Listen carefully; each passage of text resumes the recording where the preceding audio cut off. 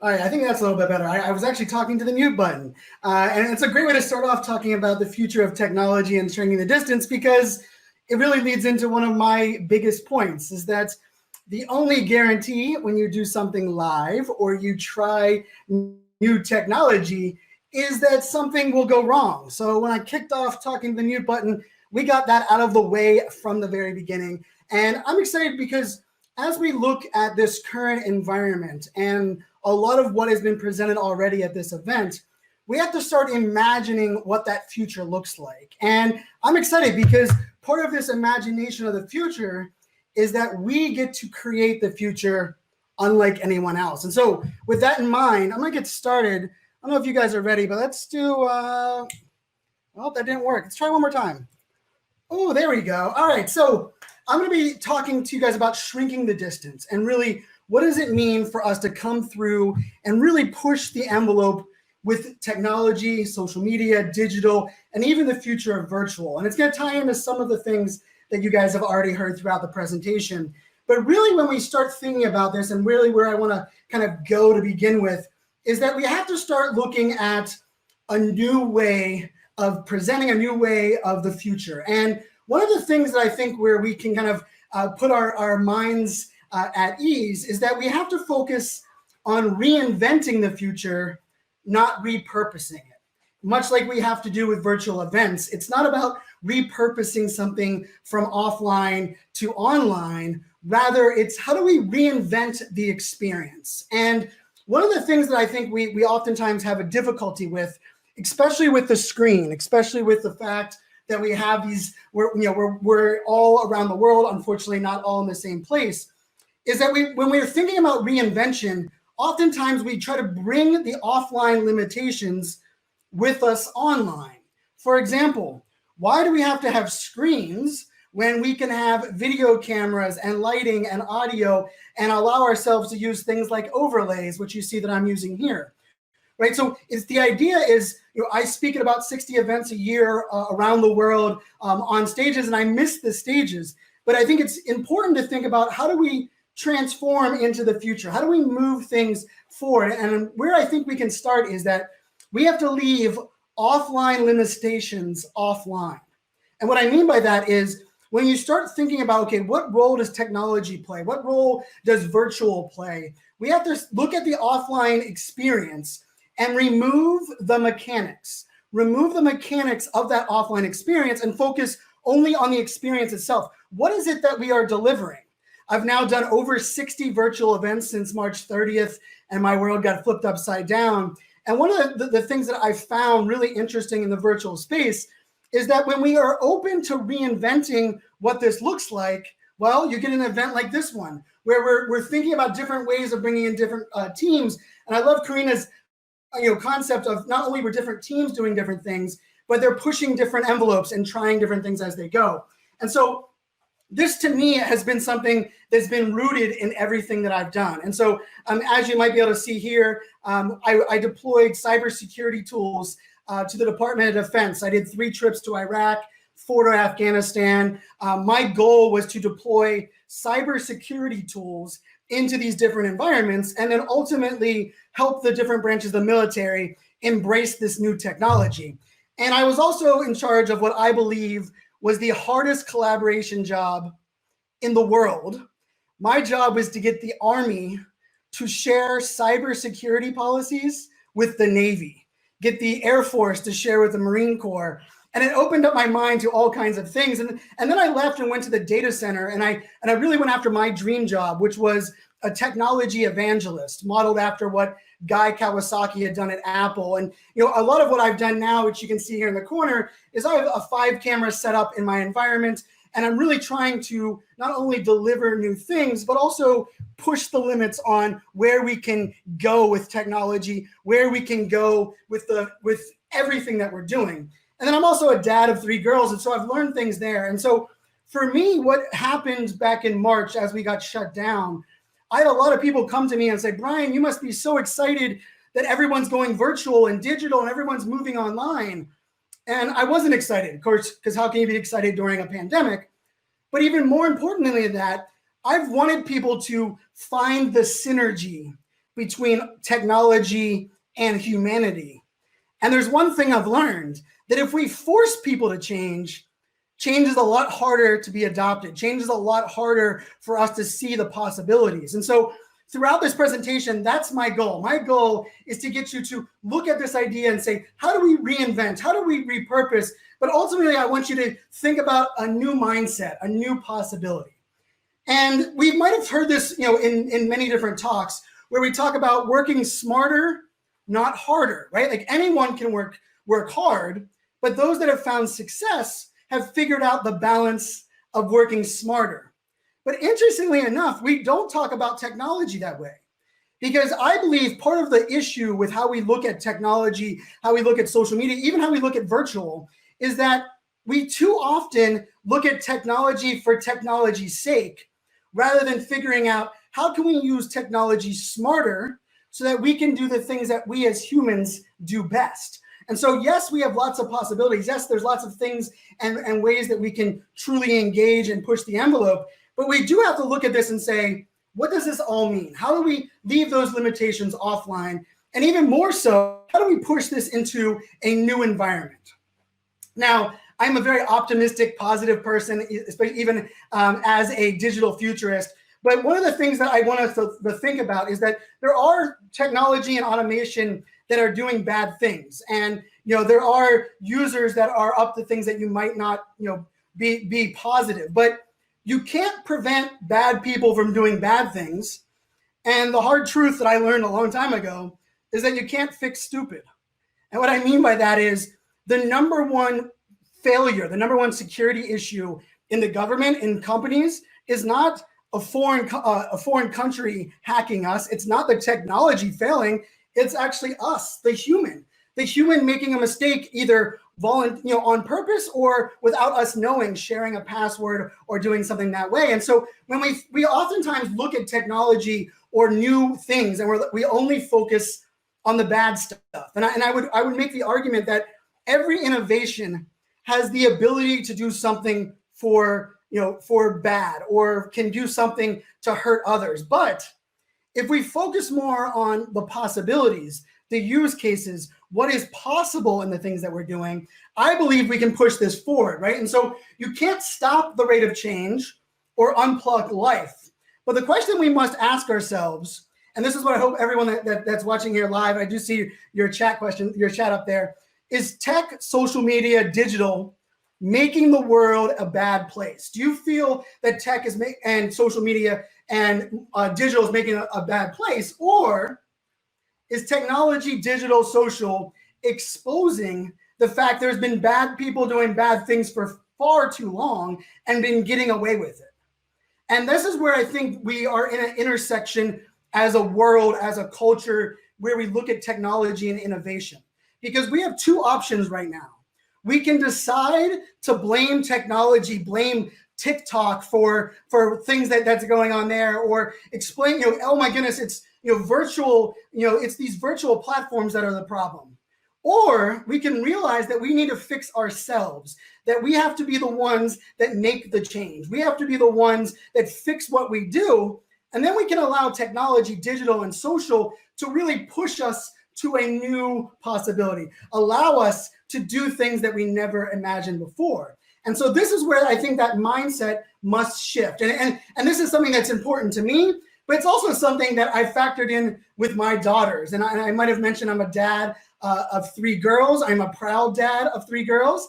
And this is I had them make an Animoji. So they each have their Animoji. We have my Logan, my 6-year-old on the far side there. I have Kinsley, my 9-year-old in the middle. And then my 10-year-old right here next to me, Chloe. And so what I'm going to do for this part of the presentation is I would love you guys to help me tell the last story that I'm going to tell.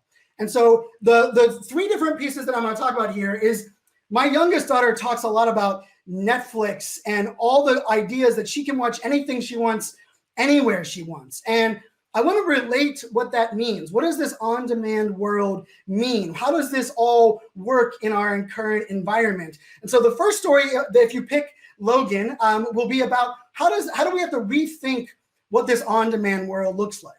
The second story is really about my middle daughter, who's of course actually in the other room because we had a little curveball thrown at us last night with a family emergency. And so she's virtual learning right now in her environment. And virtual learning is not easy. And if you are a virtual parent and you have a kid at home while you're also working, I tip my hat to you. It is not an easy job to be a teacher, a principal, a parent, and do your actual job.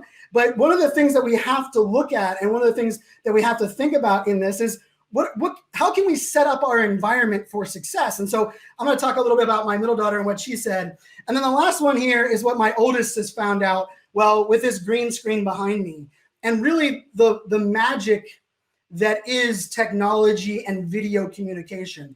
And so while we're in the chat, I would love to see those that are watching here live. I want you to decide if you want to, here we go. We're gonna go A, B, or C. So we're gonna do A for Logan, which was talking about the example for Netflix or what this on-demand world means. We're gonna do B, which will be the story about what we're learning about creating a virtual learning environment at home.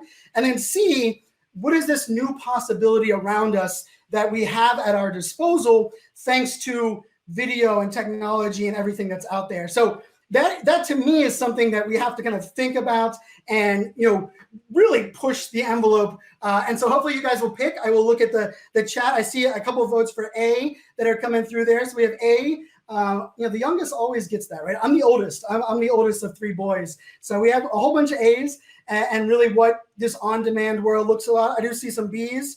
Look at that. I love it. Keep that engagement going.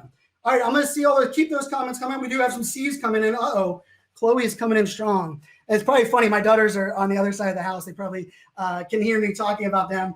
So I'm gonna. That's the question. That's the story I'm gonna tell at the very end of my presentation. So that's the hook to keep you around to see which one of those stories I actually talk about. And so as we look at this, and this is something that with my kids and as we look at the future, one of the things that we look at is we have to look at shifting our mindset to change our perspective. I think for too often when we look at technology or social media or digital, we try to change our perspective of the future.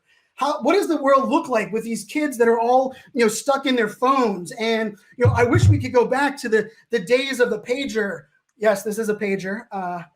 I call myself a pager wearing millennial because I was born in 1981. I did have a pager in school. I know what a pager is because most people assume millennials were born on their iPhone or born on social media. But no, I did have a pager. But one of the things that I think we have to look at and how we have to approach these new possibilities is we have to first focus on shifting our mindset before we can have a fresh perspective to see what is possible with technology and innovation.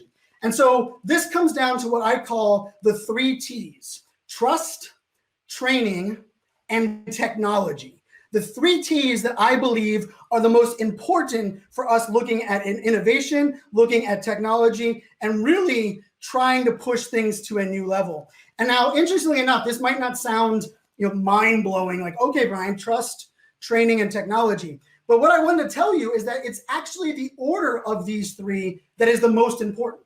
When I was deploying cybersecurity tools in Iraq and Afghanistan, or in Japan and Korea, or one of the 54 countries I did in 4 years, one of the biggest things about it was, Brian, how do we get somebody to embrace something new that they have no choice in, but we need their cooperation to be successful?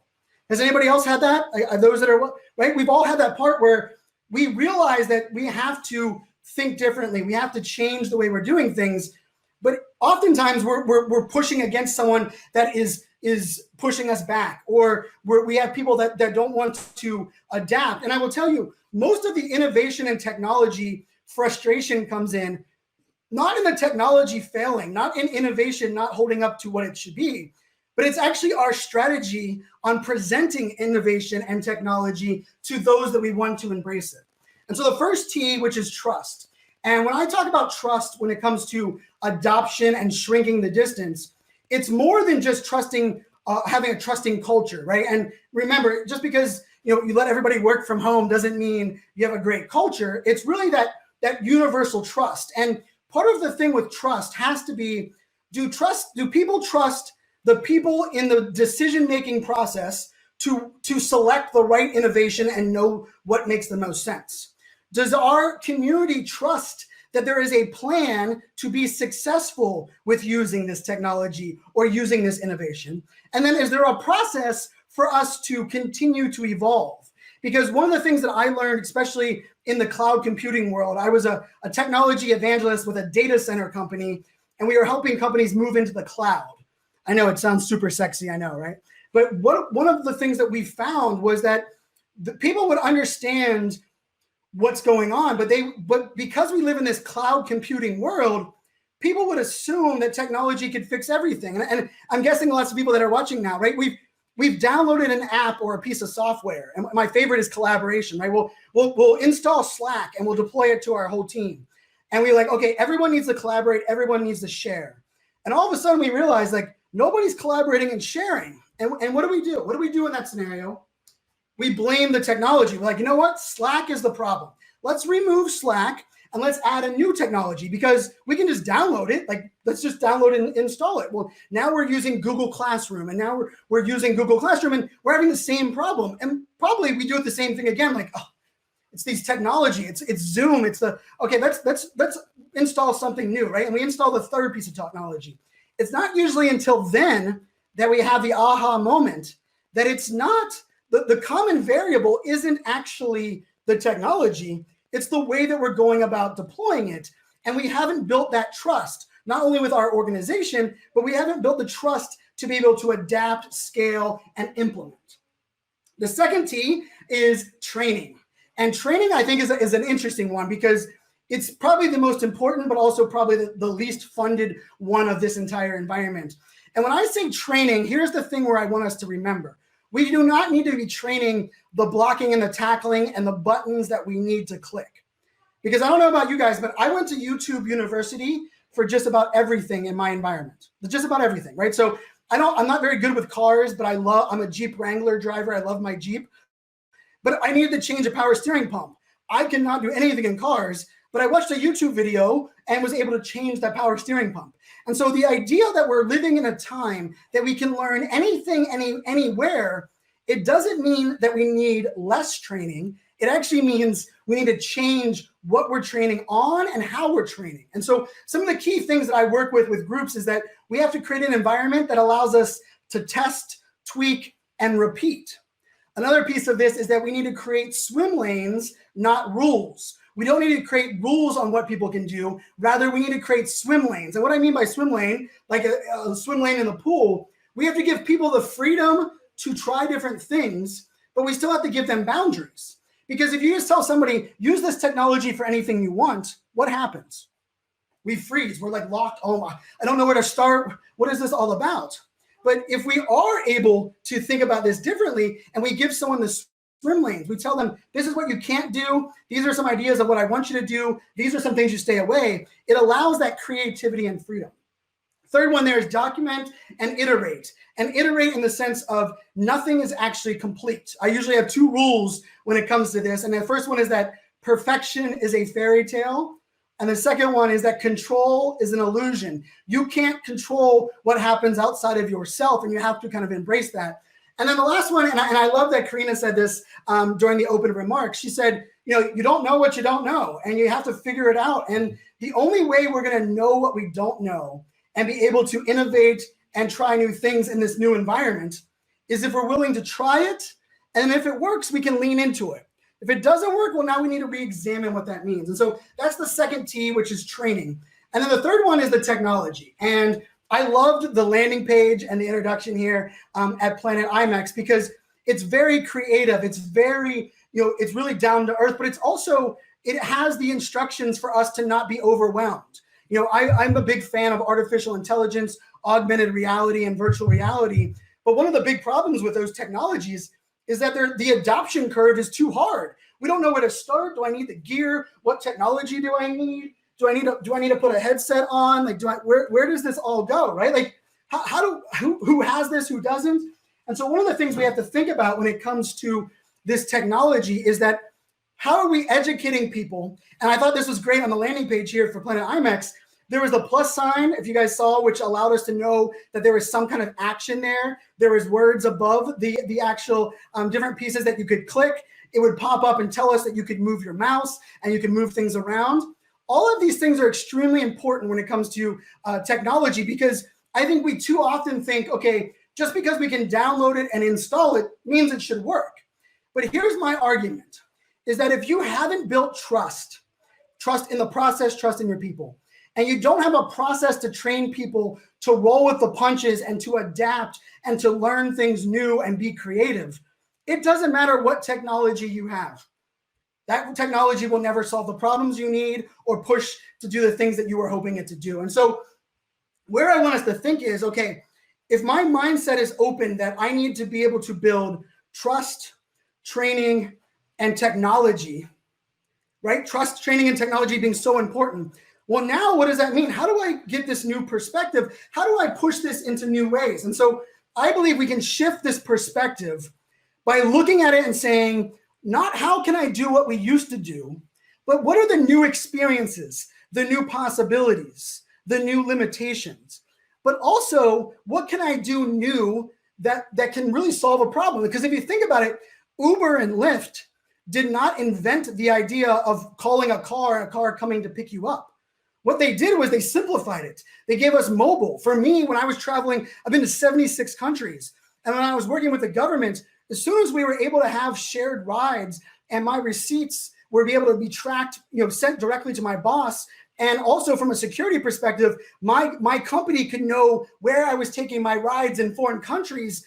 My ability to navigate, my freedom to explore, my ability to travel to countries that maybe I had never would have thought I would have been, like Saudi Arabia, Kuwait. I've been to every country in the Middle East. Which is my favorite region in the world. It's the idea that we have to be open to what's possible. The idea that we can open our mind to what's the creative options. And so where I look at this is I believe limitations inspire creativity. So when we force the work from home, and I know for many of us in March, I lost 18 speaking gigs and all 6 of my full-time clients back in that first week of March 10th to March 18th. And it was frustrating and upsetting and disruptive. But those that were able to adapt, those that were able to try new things, we were able to look at it and say, okay, I understand that this isn't normal, and I don't know how long this is going to go on. But I do believe that I can try new things and I can explore, because the part of the issue that we have with technology and innovation is that we're not willing to try. We're not willing to open, because most of the time we will not adopt to something new until we're able to push something different. So where I want you to think about this is, how do we shift that perspective? How do we push this to a new level? How do we adopt in a new way that we really never have before? And so I think, as I look at this, as we kind of pull this all into one thing, we also have to think about this in this new virtual environment. And so what I will tell you is that with the idea of limitations inspiring creativity, these are my 4 things that I believe that we have to kind of look at and adopt. And that is, we have to define success, we have to track our goals, we have to celebrate wins, and then this is maybe my favorite one right here. We need to screenshot awesomeness. And what I mean by that is, every time something good happens when you're trying something new, take a screenshot of it, document it, because here's what happens. We too often spend all of our time upset or dwelling on the bad things that happened or what possibly could go wrong, and not a tough time celebrating our wins or documenting what is good that has happened. And so when you screenshot the good things that are happening, you're able to go there and document that and really embrace that as we move forward. All right, so I promised you guys, before we jump into the questions, I promised you guys that I have my 3 daughters, Anna Moses here, and I believe A1, which was the on-demand concept, right? This idea of the on-demand world, and really, what does this all mean now? And the place I will start with this is that here's the thing that we have to think about. And I was raised, my dad raised me and my mom that good people are doing good things, and you need to let your work do the talking for you. And there is a power in the handshake, and it's important to embrace who you are and be proud of what you're all about. Here's the scary part. All of that is true except for the first part. If you are waiting and letting your work do the talking for you, you are going to be drowned out by the noise of social media, video, technology, and everything else that's going around. It is up to us to tell our story, to put ourselves out there. I firmly believe there are an amazing amount of people that are great people doing great things. But right now they are drowned out by the bad news, the fake news, the corona news, the drama. I live in Washington, D.C., the drama here in Washington, D.C. for us in the United States.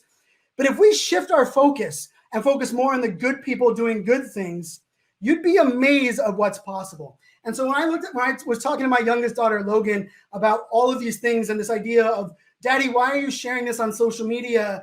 But then at the same time, she would say, well, how do these people get on YouTube? And how are the people that are there? The piece that I want to kind of tie this in for everyone that is watching, and I think this will kind of wrap a bow on this entire concept, is that where we're at right now is that nothing we do, no virtual experience will replace the offline experience. No social media strategy will replace a handshake. A handshake will always defeat a social media. Offline events and offline meetings will always be superior than a virtual event. But if we are willing to reimagine what's possible, reinvent using the 360-degree environments around us, we have the ability to create new experiences. Or what I like to say when it comes to social media and digital is it gives us the opportunity to not replace the handshake, but turn handshakes into hugs and selfies. And what I mean by that is when we connect, when we share our stories, when we understand that technology does not fix people problems, we must fix the people problems first, and then technology will help us scale, help us adapt. That is where the magic happens. That is how we push forward. And ultimately, that is where I believe we shrink the distance between us and those around us. We should not be limited by where we are or the screens in front of us. Rather, we should figure out ways to extend these so that we can focus on what we are good at and allow technology to do the things that we can only dream of. Great session, Brian. Thank you very much. My main emotion listening to you was embarrassment that the pre-session communication that you and I did, I was tying a note onto a pigeon and sending it to you. I'm not particularly technical, but the great thing is that our audience are. You've got the perfect audience here of event professionals, people who are grappling. They've got a big challenge in their world at the moment because we want to meet as an industry. I work in this area, face-to-face, human interaction, face-to-face. It powers this industry. It's the meetings and events industry. Technology, thank goodness it exists. It's allowing to extend what where live experience is, but right now it is the experience as you are showing us right now. But they will have lots of questions and already have got lots of questions about using technology within the business events world. So I'm going to quickly do a call out to people watching. Please get your questions not via the live chat, but via the Q&A section and Slido in the blue tab.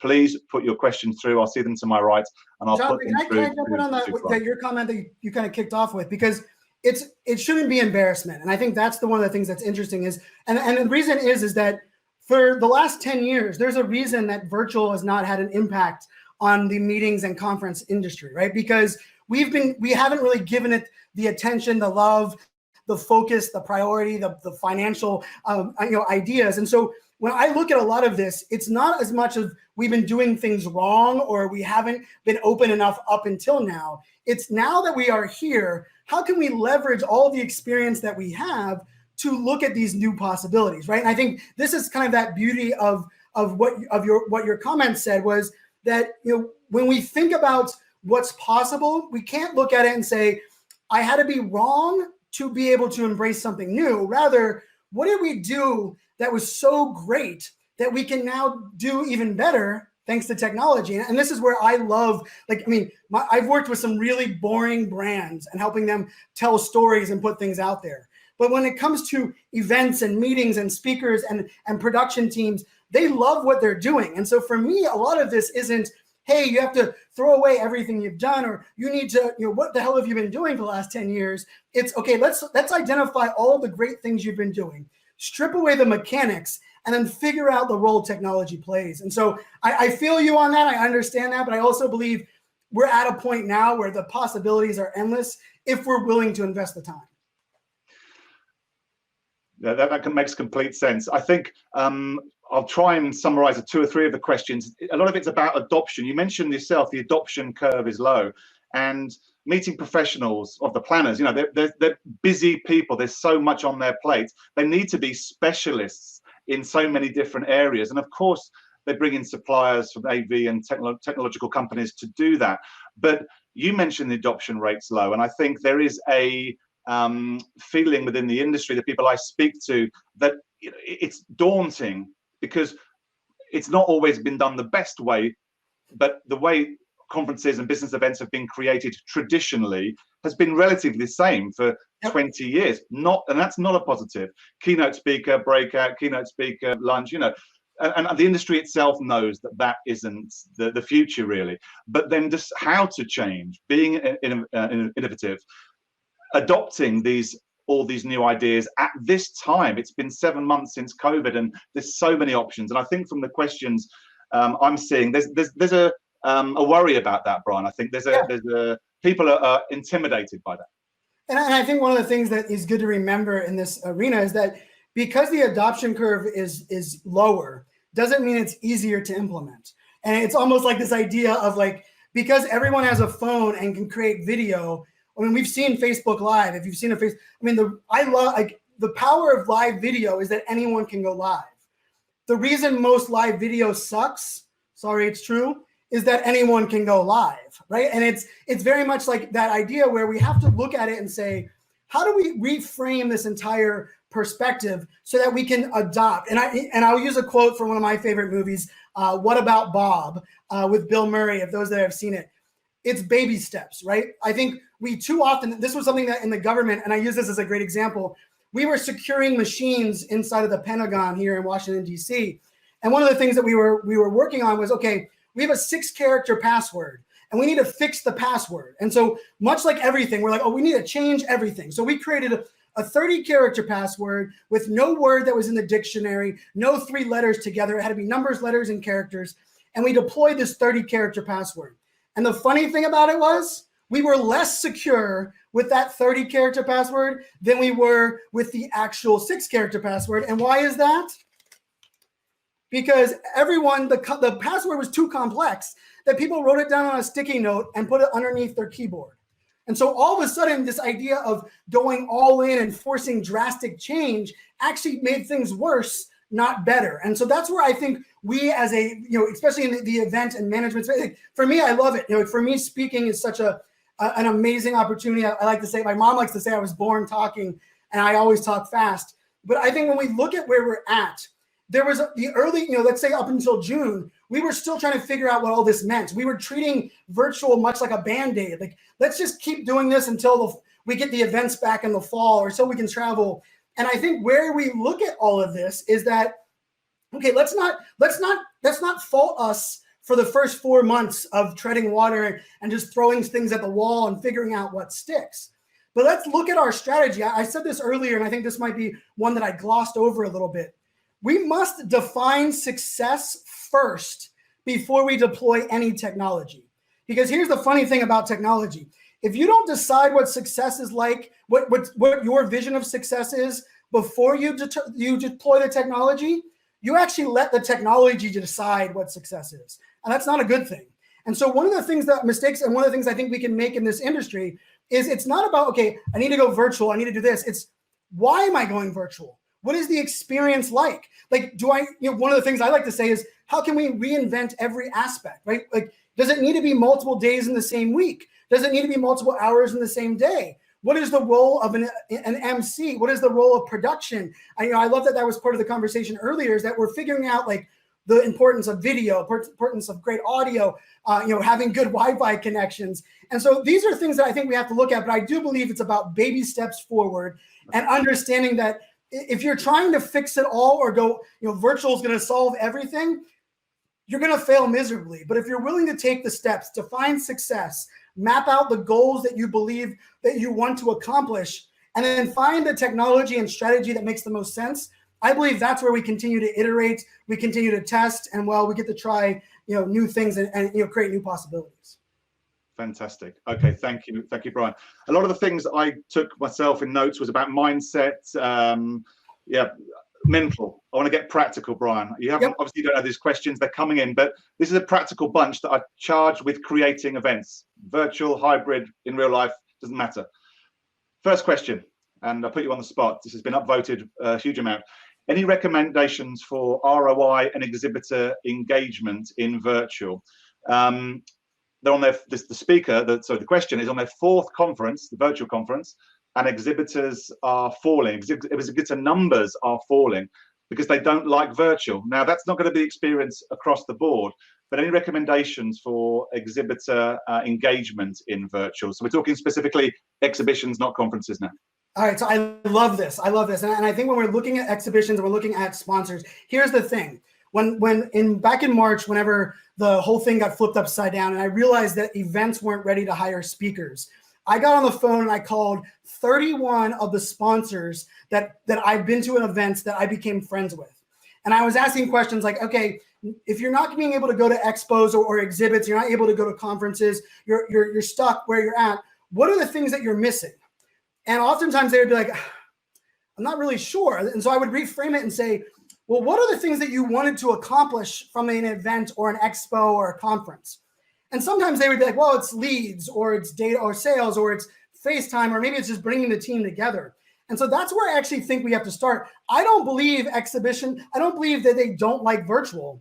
They don't understand the role of virtual. And I believe we have to almost check ourselves. We have to look back and say, what was the actual things that we were accomplishing as an exhibitor? What was the true takeaways? What were the things? Because when we hear that word ROI, you want something tangible, right? You want like, give me a tangible result.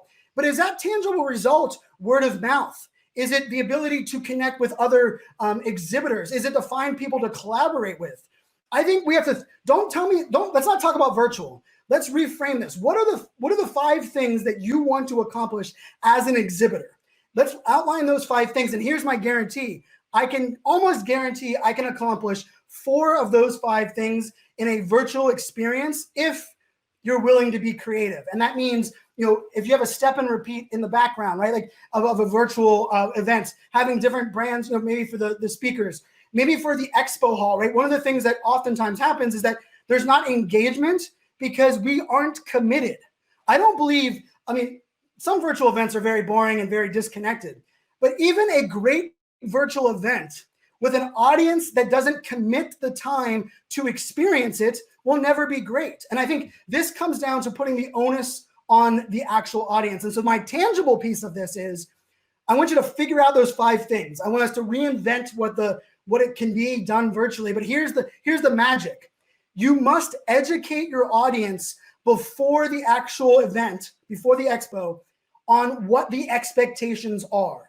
If you want them to engage or come on video, you need to make sure you put it out there first. You need to tell them, hey, I need you to be in front of your computer. I need you to block off your calendar. Don't put me on tab 149 and be chasing your kids, making lunch and answering email, right? Because the thing that we are missing so much in offline experiences is our commitment and our dedication to being there.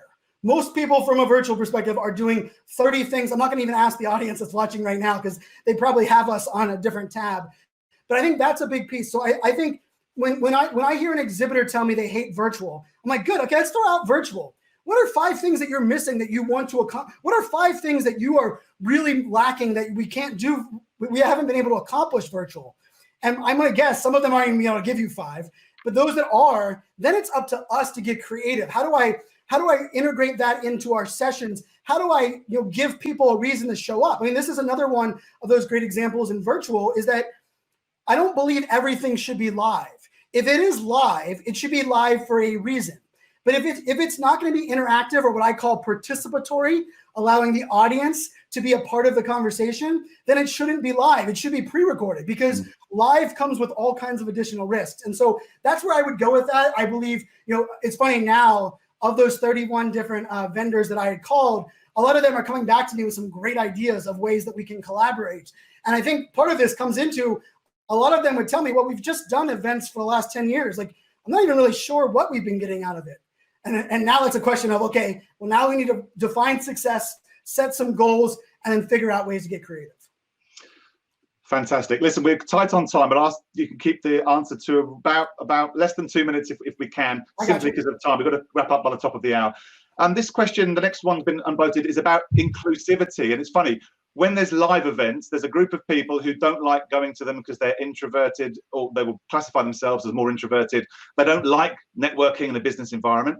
Then you go online, technology, virtual, and there's people who don't like that so much because there's not the face-to-face contact, they can't connect. So you're never going to please everybody or be able to create a perfect solution. But have you got any tips for how to use technology, or technology you've seen that has got the aim of being more inclusive to the widest possible audience? Yes, I love this one. I think, one of the things that's interesting with Zoom and everybody getting on video is that most people are like, oh my gosh, Brian, everyone's on video now. Everyone's going to feel like, video is everything. And I think what we were learning is that people are realizing like Zoom fatigue is because we're doing bad video or using video conferencing when we should just be a phone call or an email. But we're also realizing that video isn't just something that's easy to do. You just press a button, or it's what the kids are doing. It takes work. And along with that, like in that entire concept is, okay, where can we move all of this forward and understand, okay, if these are the different environments that we're living in and we have to adapt to everyone, we shouldn't force everyone to be on video. Rather, we should give them that ability to consume the way that they want to. And so I'm seeing some really cool things with, hey, if you want to do a networking event, you can use an avatar rather than using your video. If you don't want to be on video, but you want to have that dialogue, why not do audio to audio communication, right? There are some ways that we can think about differently. There's also the ability to, hey, like even on Zoom, they've now turned off, you can actually turn off your own camera, right? So if you don't like looking at yourself, you can still be on camera, but turn off that own camera. And so I think, giving people the option, and I think that goes from how we network to how we consume. If the session is something that someone doesn't need to be in front of a computer with, give them the option to listen to it at podcast style. If someone doesn't have to watch it live, give them the option to download it or get it in PDF form. I do believe we have to think with this on-demand mindset. Thank you, Brian. A couple of things. First of all, a shout out to your website, please. Sure, brianfanzo.com. I got a whole bunch of virtual event resources up there. And if you wanted to look at those graphics and things that I were doing, I'm using Prezi Video, and I have a whole page dedicated to that. They're not a partner or anything. I just Googled upon them on March 30th and started using them. So yeah, brianfanzo.com, and then I'm iSocialFans on every single social network. So you pick a social network, I'm there. Thank you very much. And I know you mentioned to me beforehand that the questions you haven't managed to answer, you will do a quick video. You mentioned that. Is that all right? Yeah, I would love to. Yeah, so for everyone that asked a question that I didn't get to answer, I'll do a video later on today answering all of those, and we'll make sure to get that out to the audience. Brian, thank you for such an energetic, informative session. It's a pleasure to have had you on. Thank you for your time. Thank you. And I will say to everybody now, enjoy the rest of the next 5 hours of Planet IMEX Day 3. See you at a session later on in the day. Take care.